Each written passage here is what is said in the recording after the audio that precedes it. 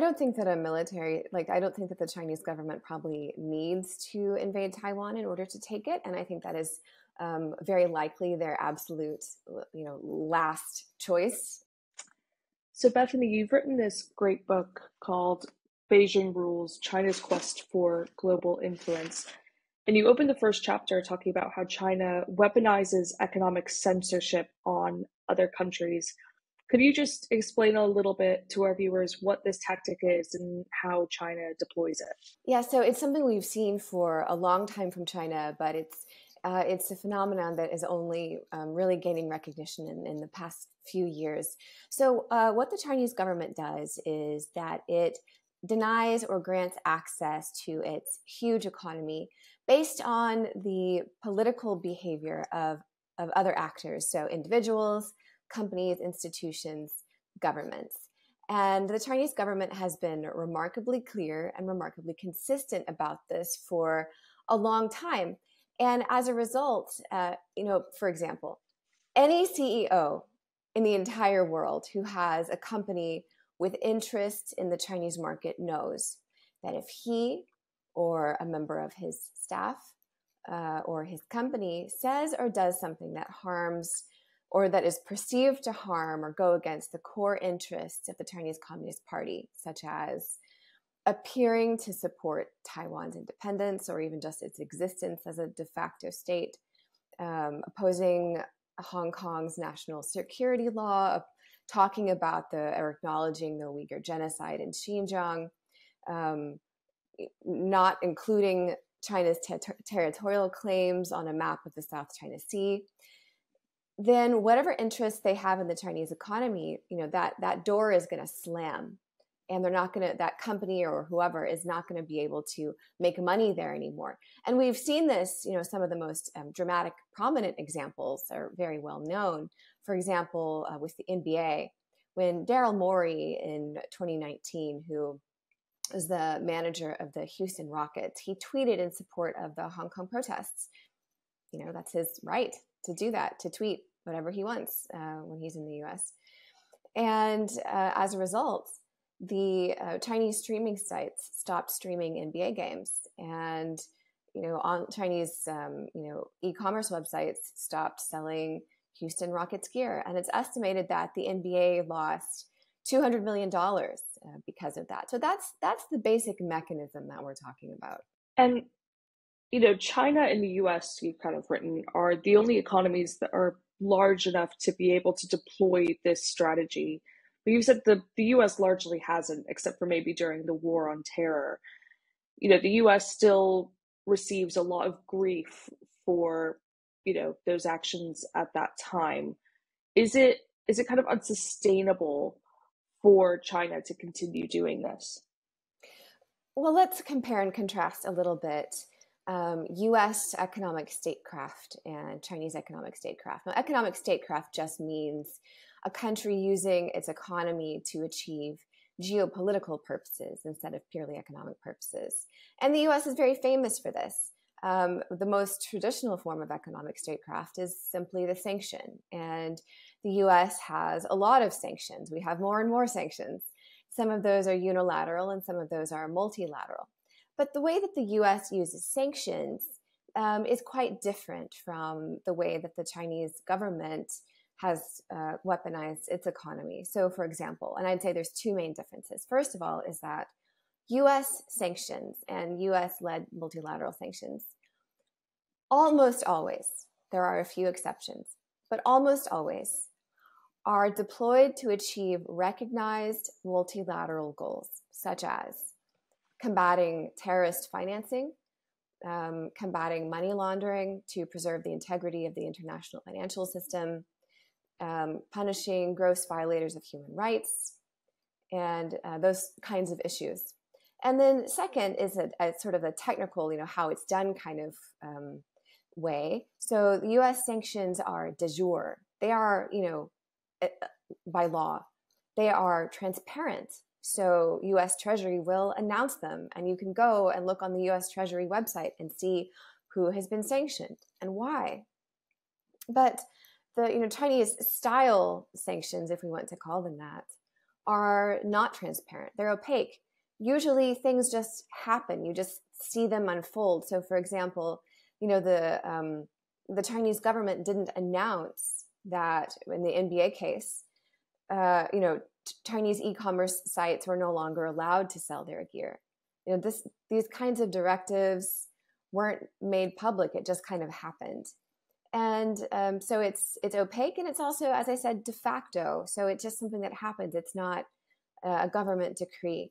And when you have, these are two competing systems. You have, the whole US-led Western liberal system is one that's based on rule of law and institutions, and to foster this kind of a free and open global environment.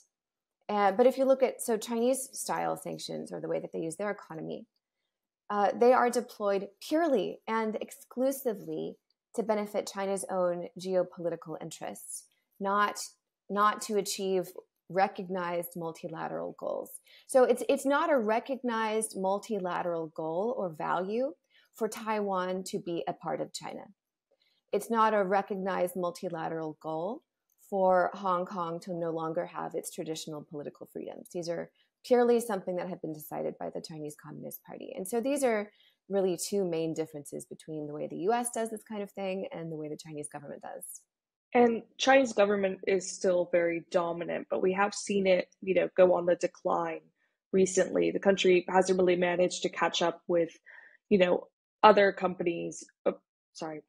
The country hasn't managed to catch up with other global economies, even after getting rid of its zero COVID policy.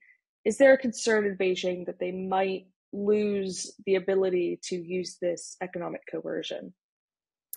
Well, let's step back a little bit. The Chinese economy is the second largest economy in the world by far. It still is. It's not in recession. The Chinese economy is still growing. And it's still growing at a pretty reasonable rate, maybe around 5%, maybe a little bit less. It's just growing at a slower rate than the extraordinary, growth rates we've seen in the past. Now, that number covers up some real systemic problems and risks. And the main one one of the main ones, is kind of a dual problem of a real estate crisis and a local government debt crisis, or just overall a debt crisis in China. And so there's really a risk that things could get much worse. But and so there's a lot of speculation right now that the Chinese economy could possibly enter a period of sustained stagnation. For example, the way that the Japanese economy did in the 1990s. In the 1980s, there were a lot of concerns on the US side that the Japanese economy might overtake the US economy because it was growing so fast. That's something that never ended up happening because of this stagnation. So when people talk about how the economic troubles in China might affect China's overall economic status or its political power, well, a lot of what people are talking about is comparing it to Japan and wondering if the Chinese economy isn't actually ever going to surpass that of the US, which it is projected to do this decade. But even if that happens, when people ask me this question, I always want to reiterate that the Chinese economy is massive. And barring some kind of, crazy black swan kind of event or policy, if Xi Jinping were to decide to nationalize all the businesses, which he's not going to do, the Chinese economy isn't just going to be slashed in half. It's going to continue to be huge for a very, very long time. And companies around the world are going to continue to see dollar signs when they look at China. They're still going to want in. It's not that simple. For example, when you have a high growth country where, it's a high growth economy where so much of the growth in certain industries is overly concentrated in one country. That's some of, these dollar signs that industries we're seeing. But overall, the Chinese economy is going to maintain its massive heft for a long time. I wanted to move on to China and Taiwan a little bit. China has been steadily intensifying military pressure on Taiwan over the last year. What do you make of this? Yeah, well, I'm based in Taiwan. I'm in Taiwan right now, so I really have a front row seat to the way that the Chinese government has really been ratcheting up pressure on Taiwan. And this is this is something that the Chinese government has always done. And you can, for example, look at the way that Beijing has slowly and steadily chipped away at the number of diplomatic partners that Taiwan has. And now there's only about around 12 or 13 countries, including the Vatican, that have formal diplomatic ties with Taiwan. And that's down from 20, just about 7 or 8 years ago. And that's something that the Chinese government has always done. But in the past few years, maybe 2 to 3 years, and especially in the past year, what we see is that Xi Jinping seems to have decided that annexing Taiwan is something that he probably personally wants to accomplish and take credit for during his lifetime while he is a leader. And some people speculate that that is one of the main reasons that he got rid of term limits, so that he could extend his term as the leader of China from 10 years to 15 years and possibly even beyond. And we do see a lot of statements from China's top leaders and from its military about their readiness for a military scenario by which they take Taiwan. But I always like to reiterate that a military scenario, an invasion scenario, is not the most likely scenario for China to take Taiwan. It will probably be some other combined forms of coercion. But in any case, what happened last year was that then U.S. House Speaker Nancy Pelosi made a trip to Taiwan. Now, this was not unprecedented. A U.S. House Speaker who is the second in line for the presidency in the succession were the president and the vice president to somehow die or become incapacitated. So that's, the level of leader that we're talking about here in the U.S. A U.S. House Speaker had traveled to Taiwan before, but it was about 25 years ago. And so the Chinese government, decided that its position would be that this was a unilateral change in the status quo and a provocation.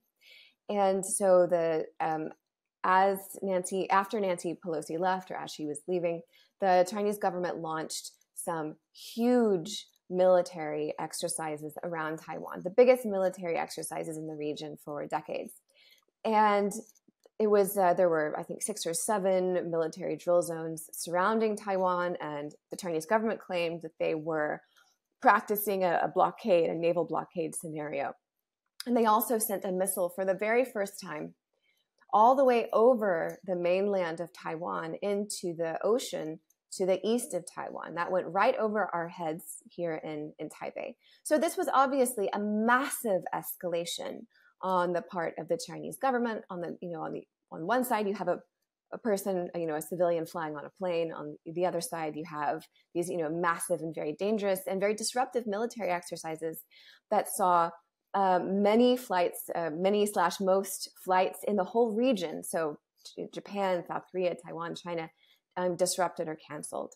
You said there for a second that it might not be a military invasion of Taiwan that's what kind of kicks this off, but it would be different types of coercion. Could you just go into that a little bit more for me? Yeah, I don't think that I don't think that the Chinese government probably needs to invade Taiwan in order to take it. And I think that is very likely their absolute, last choice, because it would be so disruptive and so deadly and so devastating. And it would, the risks of that are so high. Probably, a more likely scenario would be a combination of different forms of non-military or non-violent, well, I don't know if that's really the right word, but different forms of coercion happening all at the same time. And there's different scenarios that you could lay out for this, but, you could see China levying at the same time very tough political pressure, diplomatic pressure, economic pressure on Taiwan, such as, for example, planning out in advance and going to Taiwan's top trade partners that are also have close relations with China, getting them to agree to cut off certain kinds of key trade with Taiwan all at the same time. And China has a huge lever in this way. More than 30% of Taiwan's economy is wrapped up with China. And so, all of a sudden kind of clamping down on Taiwan's economy. And if the Chinese government were to combine that with certain political demands, especially if they were to time it to be at a time of weakness in Taiwan's domestic political situation, and if you add on top of that potentially maybe kind of a trade blockade, which isn't an invasion, but is still, the use of the military, that could place unbearable pressure on the Taiwanese government. And, just as an example of what a trade blockade could do, Taiwan is an island. It relies on imports of energy to power, everything that happens here, from, hospitals to cities to everything. Taiwan only has about 11 days of energy reserves. So if China could hold out an 11-day approximately, military blockade and naval blockade of Taiwan, this country would come to a halt. And that would really bring Taiwan to its knees. So these are just some alternate scenarios that I think that Western countries, and the US in particular, should be talking about publicly much more often. I mean, how does it feel to be living in Taiwan with all of that kind of, going on around you? Because you would, of course, be affected if there was a trade blockade and there weren't enough energy reserves. It feels totally normal to live here. Yeah, everything here functions completely normally. And what's so interesting is that most Taiwanese people, and I ask, almost everyone I can, are you worried about the future of Taiwan? Are you worried about, some kind of military scenario? Are you worried about this? And most people say no. And the reason for that is that, China has been threatening to take Taiwan for all of, Taiwan's, the Republic of China, Taiwan's existence since 1949, for more than almost 75 years, and they never have. And so Taiwanese people tend to think, well, it will probably never happen. I can't speak for all 24 million residents of Taiwan, but this is a common view. And so life here feels completely normal. It doesn't feel like we're living under siege. It doesn't feel like the way of life here is about to disappear. And it's a very strange contrast with, the rhetoric that we hear coming out of DC, where people act as though, this is like Ukraine, like 3 weeks before the Russian invasion, like it's about, everything's about to change. And it's true that things could really change on a dime. But like I said, I think a military invasion scenario is exceedingly unlikely. So I think it's just something that you have to wait and watch and see. Well, and maybe part of what makes that unlikely is Putin's full-scale invasion of Ukraine. Maybe Xi learned the lesson of that and is kind of trying to find a different way of doing it. I definitely think that has affected Xi Jinping's calculus. And I think the biggest reason is that I think that, Chinese government leaders, they're ensconced in this environment that's full of censorship and propaganda. And a huge risk of that in any system like that is that it becomes this echo chamber where you only hear the propaganda. And so you start to believe it. And so, a big point of Chinese government propaganda is that the West is in decline, and that the West is weak, and also that our values are fake, that we don't actually believe in democracy and human rights. It's all just an excuse, to go and invade other countries. And so if it's just an excuse, then no one actually believes in it, then no one would ever stand up for it. And so I think that, Xi Jinping truly believed that the way that Putin seems to have, that the West was no longer capable of unifying and of taking significant action and of taking risks and of absorbing losses. And what we saw after Russia's invasion of Ukraine shocked, I think, just about everybody. I mean, I was surprised too to see the way that Europe really got on board, really unified, and the US, really threw its support behind Ukraine. That sense, that proof that the West actually still has a fighting spirit, I think has definitely changed the calculus here, between China and Taiwan. At least that's what I don't have a direct line to Xi Jinping, but that is, a very strong sense that people have. And something else that it did was it kind of shocked a lot of Taiwanese people into thinking that maybe this is something that could happen here. Because before that, people really didn't think, Taiwanese people really didn't think there was any way that the Chinese government would ever do something. And it's, it's the 21st century, man. Who invades countries anymore? But there was a kind of a shock, waking people up to the idea that this is a real thing that can still happen even in our world. And you've seen, a slow change, at least a little bit around the edges in Taiwanese society, and the rise of some, for example, civil defense groups here that are trying to increase civil preparedness in the case of, some kind of a military invasion scenario. Yeah, I guess it also poses lessons for Taiwan as well. They've watched how, Ukraine kind of got everything together, and they've, really surprised everyone there. You could watch, and also watching, President Zelensky's kind of PR campaign where, he releases a daily update every day, and he uses social media and does everything to try and, get everyone on board with what he's saying.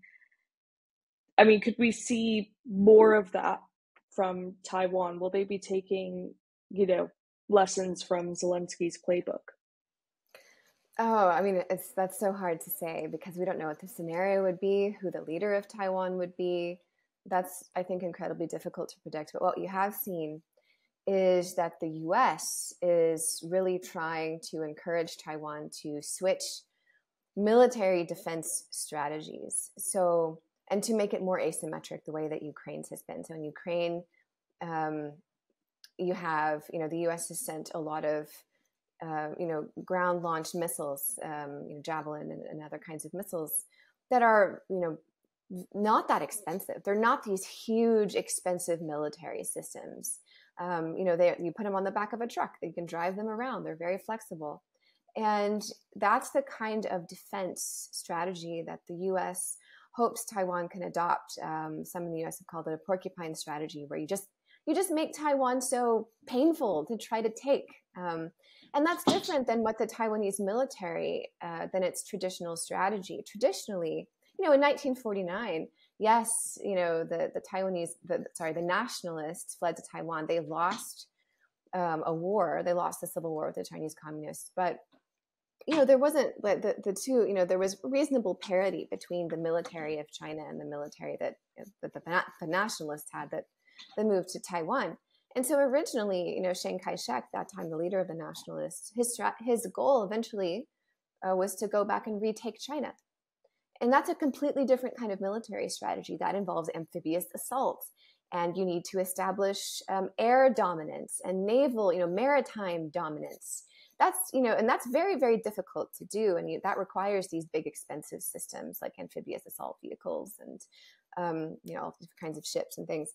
But to defend against an amphibious assault or an invasion or an attack only requires that you deny air superiority and maritime superiority. And that's much easier to do. Just some missiles and you just shoot down the airplanes. I'm oversimplifying, of course. But the Taiwanese military has been very resistant to adapting to that kind of strategy. For example, they're still requesting that the U.S. government send them tanks. And there's no reason in the world at all for the Taiwanese military to have tanks. People say that the roads and bridges in Taiwan wouldn't even support tanks, that they wouldn't even be able to travel very far. And, in a scenario in which, now with modern militaries the way that they are, what would almost certainly happen within 24 hours of any Chinese attack is that, China would use its missiles to immediately bomb out roads, bridges, and runways. So the Taiwanese military likely wouldn't even be able to use jet fighters or tanks or anything like that. So you have to have, much more nimble kinds of defense systems. And that's, I would not say that's an area of optimism. It's difficult. It's been difficult for the Taiwanese military to make that adjustment in mindset. And you kind of, you've laid out how you think that Xi Jinping will go about this. But, do you think that as time goes on, and as he gets older, he might just get more and more desperate for this to follow through? I mean, how likely is it that we kind of, this has been such a big threat that we've been talking about for so long, how likely do you think it is that we see this in both of our lifetimes? I mean, I think that's very hard to predict. I feel that one of the most important factors determining Taiwan's future is continued support from the US. And, there's a lot of volatility in US domestic politics and in US political ideologies. For a long time, for example, the Republican Party was absolutely the party of, defending democracy around the world and, support for Taiwan, and they still are. But there's a strong, and growing contingent of the Republican Party that is much more isolationist. And if an isolationist Republican president were, if an isolationist Republican were to be elected president, when push comes to shove, would they, continue to, reliably be a reliable partner for Taiwan? I don't know. And I think that's a scenario in which, the chances of China making some kind of move against Taiwan skyrocket, basically.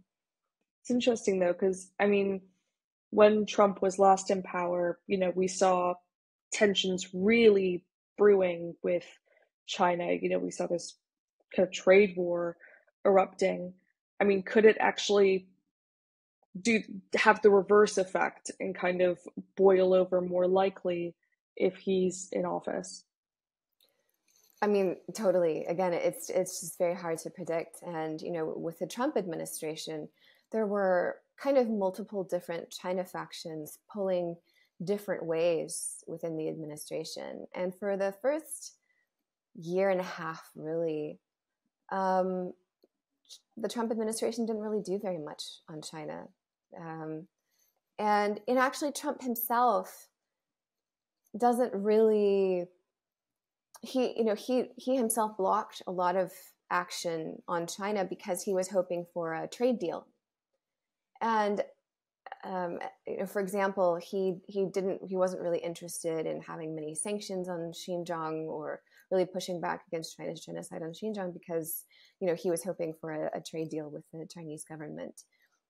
Even though he didn't really personally have anything against, Xi Jinping or seemingly against authoritarianism as a political system. We saw that change most dramatically, although the rhetoric from the Trump administration heated up throughout 2018 and 2019. But where things really changed was 2020. And Trump, basically blamed China for the pandemic. And what happened when we saw in 2020 this, this enormous surge and very tough on China policy actions from the US? What happened wasn't that Trump himself was necessarily championing those. What he just did was he removed barriers. He just essentially said, look, you guys do what you want to do. I'll just, I'll sign off on everything. And so he empowered, analysts and others, political appointees within the administration who wanted to accomplish something. He allowed, he empowered them to do that. What if the people in his administration, what if he'd chosen people who were, really Beijing friendly? Could have been different. It's so hard to predict how these things will play out. It's like kind of when people say, well, if China were a democracy, wouldn't it be a lot more pro-US and pro-Western? I mean, it's really hard to say because let's say that China had elections. China has a very, there's very strong grassroots nationalism. What if a very a super nationalist were elected, to run China's government, and they became even more anti-US and even more nationalist? It's just so hard to predict how these larger, even ideological trends will turn out. That was Bethany Allen. She's an Axios China reporter, and she's written this great book, Beijing Rules, all about how China became a global superpower. If you want to hear more interviews like this one, all about understanding China and the conflicts between China and Taiwan, please subscribe to our YouTube channel today. It really helps a lot. Thank you.